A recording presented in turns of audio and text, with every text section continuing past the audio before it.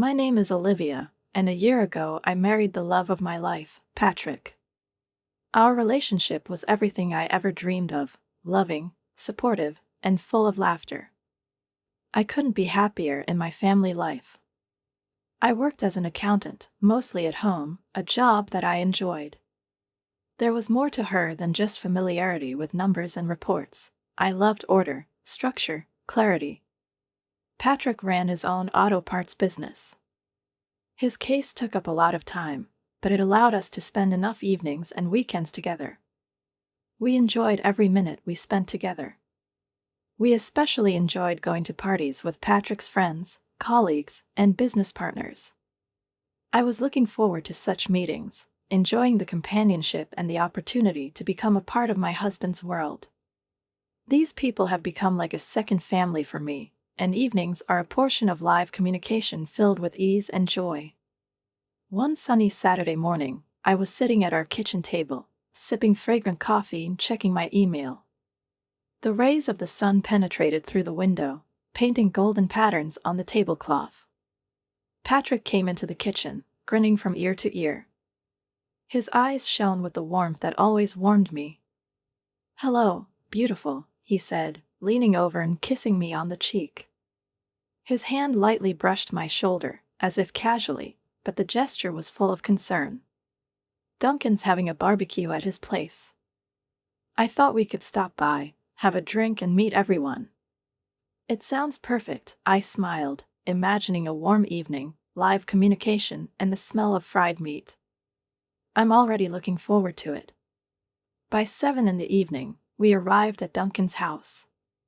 A light breeze carried the scent of spices and smoke to us, intertwined with the sounds of laughter and conversation. A lot of people had already gathered in the courtyard. Someone was standing at the grill. Someone was laughing, holding glasses in their hands. We slowly made our way through the crowd, greeting each other, exchanging short phrases and smiles. And suddenly I noticed her.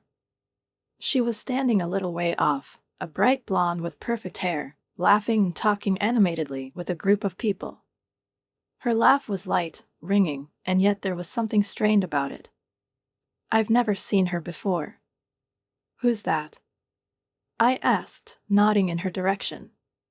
Patrick's face tensed slightly for a moment, but he quickly pulled himself together. "This is Angelina. My ex-girlfriend."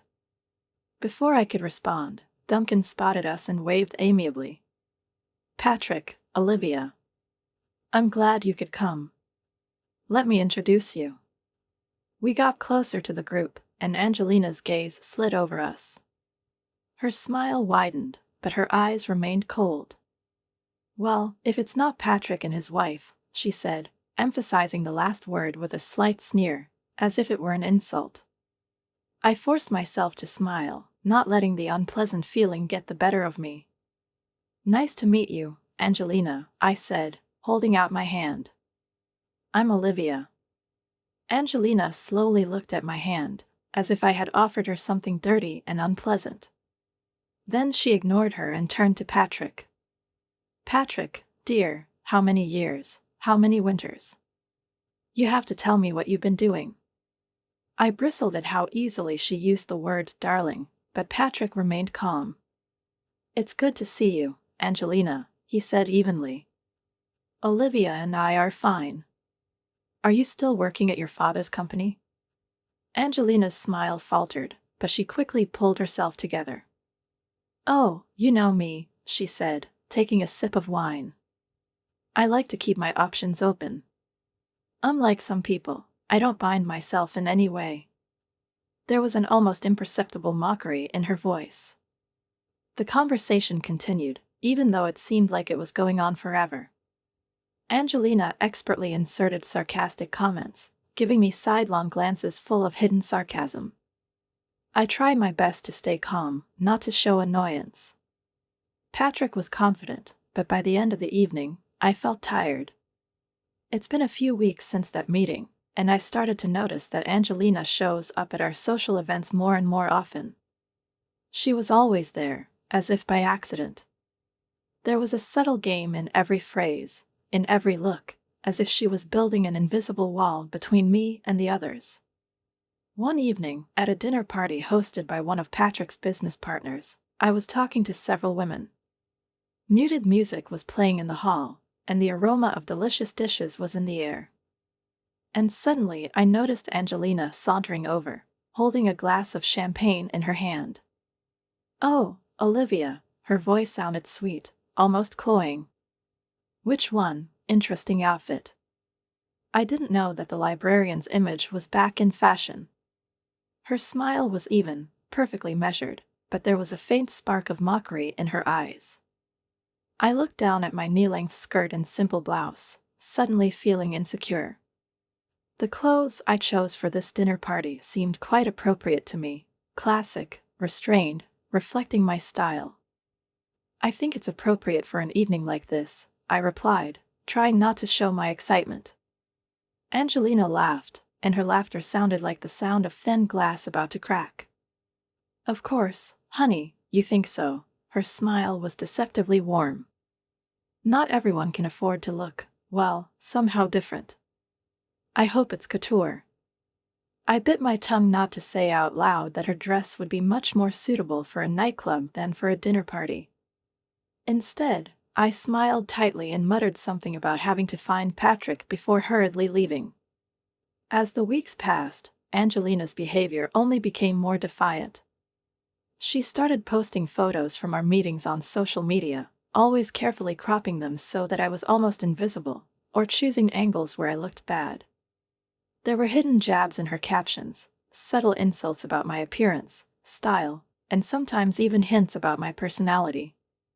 One day, while flipping through the feed, I came across a particularly humiliating post.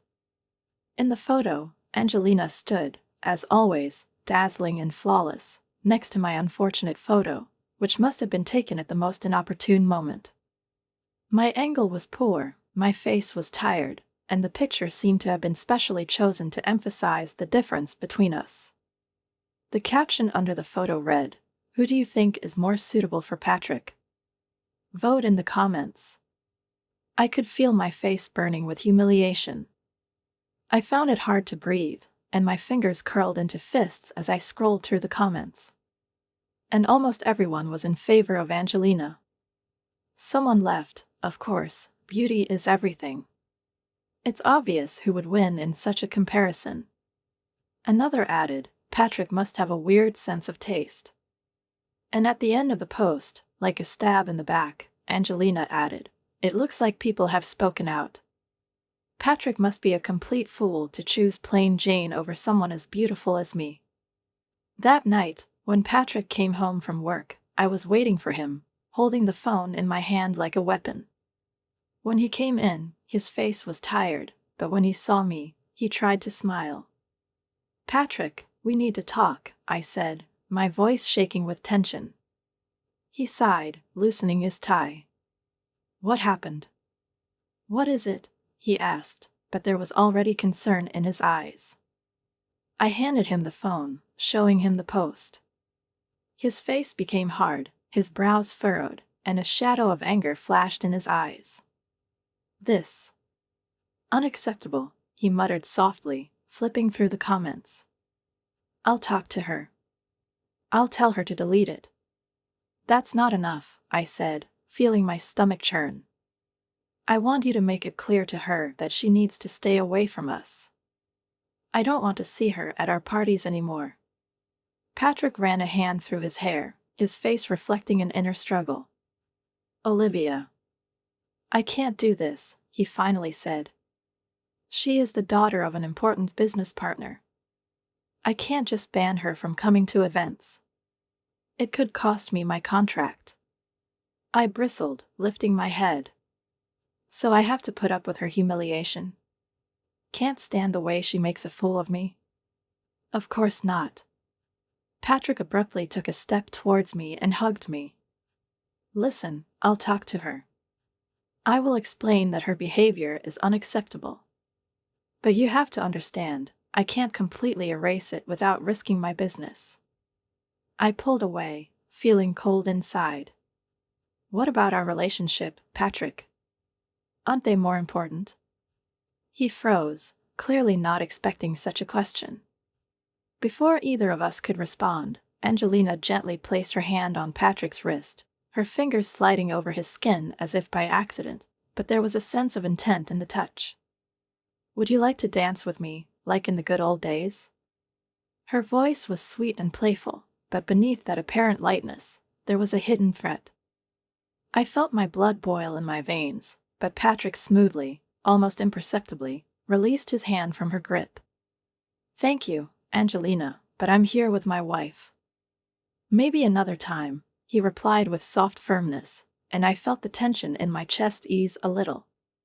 When we left the party, I couldn't help but feel a slight thrill of victory. Satisfaction grew inside me that Patrick had made the right choice, but that feeling was short-lived. All evening, I noticed Angelina trying to find a way to be alone with him. She called him to discuss business, then asked him to help her with some far-fetched problems. To his credit, Patrick always gently but confidently refused her invitations, trying to involve me in conversations or quickly come back to me. But I saw how this attention tired him out. The following weeks brought no relief. Angelina's attempts to undermine our relationship became more and more audacious and public. She left provocative comments under Patrick's photos on social media, hinting at their past. At parties, she would loudly recall their common moments, artfully excluding me from the conversation. I felt like a stranger in an environment where I used to belong. But things really came to a head at the birthday party of Tom, one of Patrick's friends. Angelina arrived, as always, with a fashionable delay. She was wearing a dazzling dress, more suitable for a red carpet than a backyard barbecue. She walked in with her head held high, her eyes swept over the crowd, and when she met my gaze, she grinned faintly. "Oh, Olive," she exclaimed to the entire courtyard, her voice full of fake concern. "Poor thing, don't you get it? This is not a library club meeting." There was a muffled chuckle from the crowd, and I felt my face flush with embarrassment. A wave of humiliation rose inside. Patrick, who had been chatting with his colleagues, quickly appeared next to him. His face was gloomy, and his voice was cold. "That's enough, Angelina," he said softly, but there was steel in his words. "You need to stop this childish behavior." Angelina opened her eyes wide, feigning innocence. "Why, Patrick? I'm just trying to help. After all, someone has to show your little wife how to dress for such events." Before Patrick could answer, I felt something cold and sticky spreading over my clothes. Abruptly lowering my gaze, I saw the red wine slowly spreading across the front of my light-colored dress, leaving a dark stain. I looked up and met Angelina's face. She stood in front of me with an empty glass in her hand, a shadow of remorse played on her lips, but her eyes shone with triumph. "Oh no," she gasped, feigning regret. "How clumsy of me. Although, to be honest, this spot is definitely an improvement for this, well, weird outfit." The party has quieted down.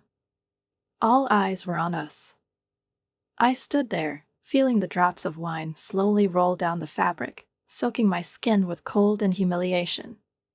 But when I looked at Angelina's smug face, something inside me clicked. Long weeks of silent patience, restrained smiles and ignoring mean attacks have reached their limit. "You know, Angelina," my voice sounded flat, almost icy. "I'd rather wear this stained dress than spend another minute pretending to be polite to you. Your behavior is pathetic and embarrassing. If you'll excuse me, my husband and I are leaving." Silence hung in the air. I turned to Patrick, who was looking at Angelina with a mixture of shock and disgust. His hand found mine almost immediately. "Let's go home," I said, and he nodded. As we started to leave, Angelina's shrill voice came from behind us. "Patrick, darling, don't go. Stay here and I'll take care of you." Patrick didn't even turn around. He tightened his arm around my shoulders and spoke loudly enough for everyone to hear. "The only person I want to be taken care of is my wife. Goodbye, Angelina. The party was left behind, along with its strange, tense atmosphere. We drove home in silence. I looked out the window, looking at the lights of the night city, and inside I felt like a line had been crossed. It wasn't just a clumsy encounter, it was an open attack, a show of power, an attempt to humiliate me in the eyes of everyone around us. Angelina showed her true colors. There was no turning back now. One sunny morning, Patrick came into our bedroom with a serious expression on his face. "Olivia, I have to go on a business trip," he said, lowering his voice slightly, as if he didn't want the words to sound too harsh. "This is important for the company. I will be away for about a week." I nodded, trying to suppress the slight twinge of unease that rose deep in my chest. "I'm fine." "When are you leaving?" I asked, trying to keep my voice level. "Tomorrow morning," he replied, looking at me regretfully. "Sorry for the short notice, it came up suddenly." I forced a smile, though something inside me tightened painfully. "It's all right. I understand that your business is important." Patrick left the next day. The house was immediately empty. The space where his scent, his laughter, his voice usually hovered became too quiet. I immersed myself in my work, trying to drown out the feeling of loneliness. The numbers and reports were distracting, but in the evenings, when there was silence, the emptiness of the house seemed especially tangible. On Friday evening, when I was sitting on the couch sorting through papers, the phone rang. To my surprise, the name I least wanted to see appeared on the screen. Angelina. I froze, peering at the screen before reluctantly accepting the call. "Olivia, dear." Her voice was as sugary as ever. "I'll arrange a small meeting tonight. There are only 8 people, just a small friendly group. I'd like you and Patrick to join us." I hesitated, hesitating. Patrick went on a business trip. "He's out of town right now," I said carefully, hoping that would be the end of the conversation. "Oh, what a pity!" Angelina exclaimed, but her voice sounded more satisfied than disappointed. "But you have to come anyway. This will be a great chance to, well, bury the hatchet, start all over again. What do you say?" All my instincts screamed no. I knew that nothing good could be expected from this meeting. And yet, somewhere deep down, curiosity got the better of him. "What is she up to?" "I'm not sure," I said, not knowing how best to refuse. "Oh, come on." Angelina pressed, and there was a hard urgency in her voice. "It will be at El Chateau, you know this place, right? It's going to be great, exclusively. It'll be fun, I promise." The name of the restaurant made me freeze. El Chateau was one of the best restaurants in the city, known for its refined atmosphere. "Okay," I said, as if making a split-second decision. "I'll be there." "At what time?" 8. "Don't be late," she sounded almost triumphant before the call ended. The time before the meeting flew by in anxious anticipation. At 8 o'clock sharp, I entered the El Chateau lounge. The golden light of the chandeliers was reflected in the shiny glasses, creating the illusion of warmth and comfort.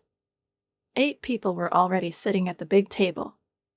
I immediately recognized several of Patrick's friends, but my gaze inevitably settled on Angelina. She was smiling, her eyes were sparkling, and I sensed something dangerous in that glare. For a moment, it seemed to me that everything could go smoothly. But when I got closer, my heart sank. There was no place for me at the table. Angelina stood up, gliding across the room like the hostess of the ball, and said loudly so that everyone could hear, "Oh, Olivia." Her voice was as sweet as poison in honey. "I'm afraid there's been a misunderstanding. You see, everything is already occupied here. Places for real guests only. For the people who belong." She spun around, showing off her expensive designer dress. "Wonderful, successful people. She smiled wider, tilting her head to the side. Maybe you should stop by the diner across the street. They say they serve just disgusting hot dogs. An awkward silence fell over the table. People avoided eye contact with me. Embarrassment hung in the air, but no one said a word. I stood motionless, as if assessing the situation. And suddenly, I laughed. Sincerely, surprised, from the bottom of my heart. There was something pathetic about her trying to humiliate me. I looked around the table and said loudly, "Excuse me, could you invite the restaurant manager?" There was a tense pause in the room before the manager came to our table a couple of minutes later. His gaze was polite, his manners impeccable. "Do you have any problems?" "What is it?" he asked, looking from Angelina to me. I gave him a steady, calm smile. "No problem. I just wanted to know if I could join this lovely group for dinner." The manager smiled politely. "Of course, madam. Let me provide you with a comfortable chair immediately." He hurried to get a chair, and Angelina's face contorted with anger. "I'm sorry," her voice turned icy. "I've booked this table for 8 people. She wasn't invited. There is no place for her here." The manager returned, carefully placing an upholstered chair next to Angelina. "I'm sorry for the confusion," he said with a restrained nod. "But Madame has the right to join any table she wants. After all, the owner of El's Chateau is her uncle." Everyone around the table was amazed. Angelina's mouth opened and closed like a fish stranded on a beach, but no words came out of her mouth. Patrick's friends, who had remained in awkward silence all this time, now looked at me with disbelief and mild shock. Tom broke the silence. "But, Olivia," he said slowly, "I thought you were an accountant." That's how Patrick introduced us. I smiled and shrugged, as if it didn't really matter. "I'm an accountant," I agreed. "I keep accounts in my restaurant. I've never considered it necessary to flaunt my wealth. I prefer to judge people by their character rather than their bank account." These words, spoken calmly and without feigned modesty, seemed to cut the thread that kept the atmosphere in suspense. Angelina's face turned a deep shade of red, a mixture of embarrassment and ill-concealed anger. Her eyes were flashing, but she couldn't find a decent answer. Suddenly, the atmosphere at the table changed dramatically.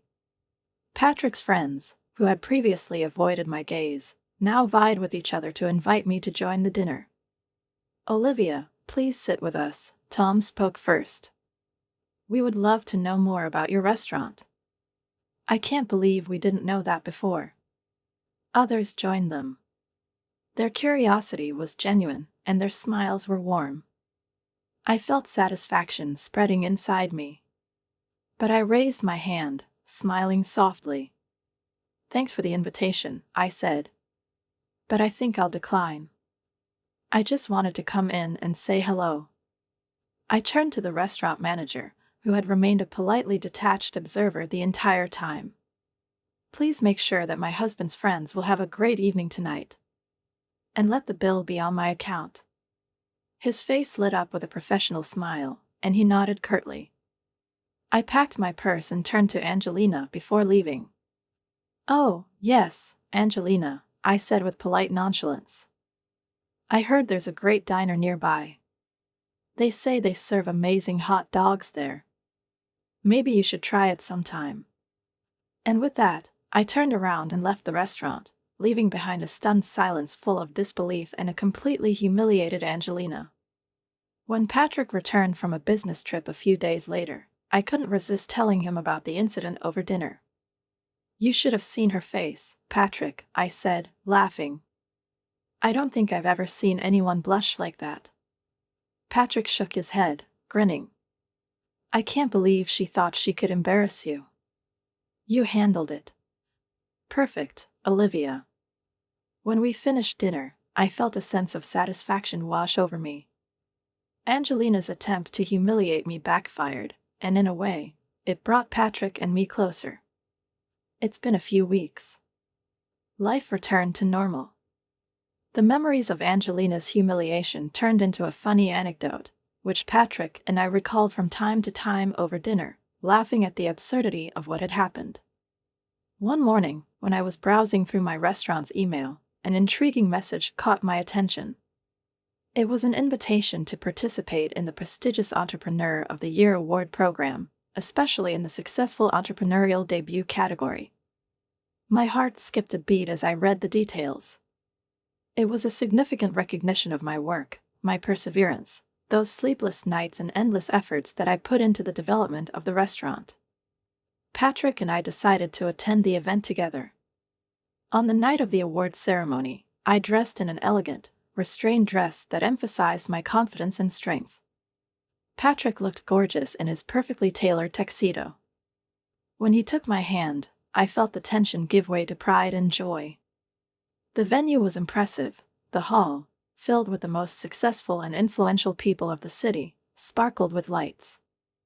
The air was saturated with the aromas of expensive perfume, mixed with anticipation and slight excitement. We exchanged greetings with friends, acquaintances, and several of Patrick's business partners. Everything seemed perfect. At one point, Patrick excused himself to chat with colleagues, leaving me at the champagne fountain. I was enjoying the moment, admiring the intricate ice sculpture, when suddenly a familiar voice, quiet and cold, hissed in my ear. "What are you doing here?" I turned around and saw Angelina standing in the semi-darkness of the hall. Her face was contorted with anger and disbelief. Her gaze darted over my face, as if she couldn't believe that I was standing here among her people. "I was invited," I replied calmly, showing her my official invitation, carefully pulled out of my clutch. Angelina's eyes narrowed, and there was something almost predatory in them. "This is an event for the rich and successful people of this city," she said, her voice trembling, but with anger, not fear. "For people like me and my father. You don't belong here. You're an upstart. How dare you try to enter our world? Get out before you completely embarrass yourself." Her words sounded like a blow. There was a tense silence in the hall, as if the space itself was frozen, waiting for me to answer. But I remained calm, looking around the room until my gaze fell on those I was looking for. With a slight smile, I waved to two elderly gentlemen dressed in immaculate suits who were engaged in conversation at the other end of the room. When they noticed me, their faces broke into friendly smiles, and they immediately headed in my direction. Angelina continued to say something, but I wasn't listening to her anymore. My eyes were focused only on these two men. One of them, a man with silver hair and confident eyes, came up to me first, and I wrapped him in a warm hug. "Dad, I'm so glad you could come," I said, giving him a light kiss on the cheek. Turning to the second man, I held out my hand. "Mr. Thompson, it's great to see you again." He shook my hand warmly, and his smile was sincere. The silence outside our small circle was ringing, and when I glanced at Angelina, I saw her jaw slowly dropping. Realization slowly crept into her mind. She looked at Mr. Thompson, and her voice, sharp and full of disbelief, tore the air. "Daddy?" Her eyes were wide open. "What are you doing here? How can you be friendly with her? She's just an accountant who got lucky. She's playing at wealth, but she's not one of us. She doesn't belong in this world." Mr. Thompson's face darkened instantly. His usually calm and calculating gaze flashed with anger. "Silence," he thundered, and there was such force in his voice that even the guests standing nearby flinched. He turned to my father and nodded. "This man, William Brown," he said, pointing at my father, "is one of the most successful entrepreneurs in the country. My valued business partner. Any careless word, Angelina, could jeopardize a multi-million-dollar deal." Angelina's eyes widened in shock. She tried to pull herself together, but it was too late. "Then cancel this deal," she said sharply, her voice trembling with tension. "We don't have to deal with her family." They are beneath us. Mr. Thompson straightened up, his face contorted with anger, and his cheeks were covered with red spots. His voice rose to a shout, causing heads to turn around the room. "That's it," he said sharply. "Your behavior is inexcusable. You're embarrassing me. You're not getting a dime of my money anymore, Angelina. No credit cards, no pocket money. And your apartment," his voice turned icy, "consider that you no longer live in it." The moment lasted for an eternity. Angelina's mouth opened in amazement, her face lost all color, as if blood had drained from her instantly. "Daddy. You can't." Her voice trembled, but there was no response. Mr. Thompson turned to us, and his tone changed to apologetic. "Mr. Brown, Olivia, please accept my deepest apologies for this shameful scene." Then he turned abruptly to his daughter. "Go away. Immediately. You've shown yourself unworthy to be here." For a moment there was silence, so thick that it seemed as if the air had become viscous. At that moment, Patrick pushed his way through the crowd. His face was contorted with a mixture of worry and restrained anger. "What's going on here? What is it?" he demanded, glancing at us all. But before anyone could respond, his gaze fell on Angelina. Recognition flashed in his eyes, and he slowly shook his head. "Of course," he said softly, but there was tension in his voice. "I should have known. I remember exactly why I broke up with you, Angelina. You still haven't learned how to behave in polite society." And then her composure, carefully held all these weeks, finally cracked. Tears, black from the mascara, began to flow down her cheeks, leaving dark streaks. "Daddy, please." Angelina sobbed, desperately reaching out her hands to Mr. Thompson. "I'm sorry, I didn't know. Please don't do this." But Mr. Thompson just shrugged his shoulders coldly. His face, normally calm, was now grim and unreadable. "I have things to discuss with my partners," he said flatly, without a single emotion in his voice. His gaze slid past his daughter, as if she was nothing to him.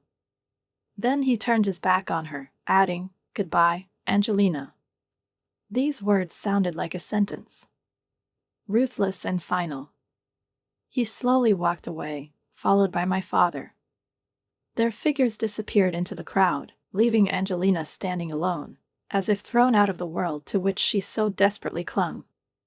Her shoulders were shaking with suppressed sobs, and mascara was running down her cheeks, leaving black streaks on her pale skin. The crowd around us, which had been watching the scene with bated breath, was now slowly dispersing. No one came to comfort her. No one threw out words of support. She was left alone in her humiliation, in her loss. The rest of the evening was a blur for me. The events seemed to blur, leaving behind only a feeling of heaviness. I tried to concentrate, to ignore the stares and whispers behind me, but every time my eyes accidentally caught the figure of Angelina standing in the distance, my heart sank. There was something heartbreakingly sad about her loneliness. When the awards ceremony started, it was like I came out of a fog. My name came out unexpectedly, breaking the flow of thoughts. I felt the inner tension recede, giving way to pride and excitement. I went up on stage, my legs seemed to carry me. There was a burst of applause in the audience. I noticed my father and Patrick in the front row. They stood there, their faces beaming with pride, and this painting became my most valuable gift. Their enthusiasm was contagious. At that moment, I felt a wave of joy and realization of my own achievement wash over me.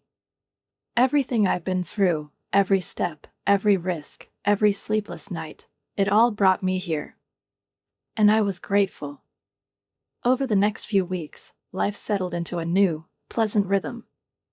The golden statuette took pride of place on the mantelpiece, a silent witness to victory, a reminder that hard work and perseverance are always rewarded. Patrick and I continued to attend events, meet with friends and business partners. Without Angelina's toxic presence, These meetings became easier. The atmosphere has changed, the tension has disappeared, the feeling of playing to the audience is gone. Conversations became more sincere, laughter became more frequent. We felt really free. One evening, when we were going to another event, I was standing in front of the mirror, putting on my earrings. Patrick came up behind me and put his arm around my waist. His reflection in the mirror met mine. "You know," he said, lightly kissing my neck, "I've noticed how much more fun these parties have become lately." I smiled, continuing to adjust the jewelry. "I was just thinking the same thing," I replied.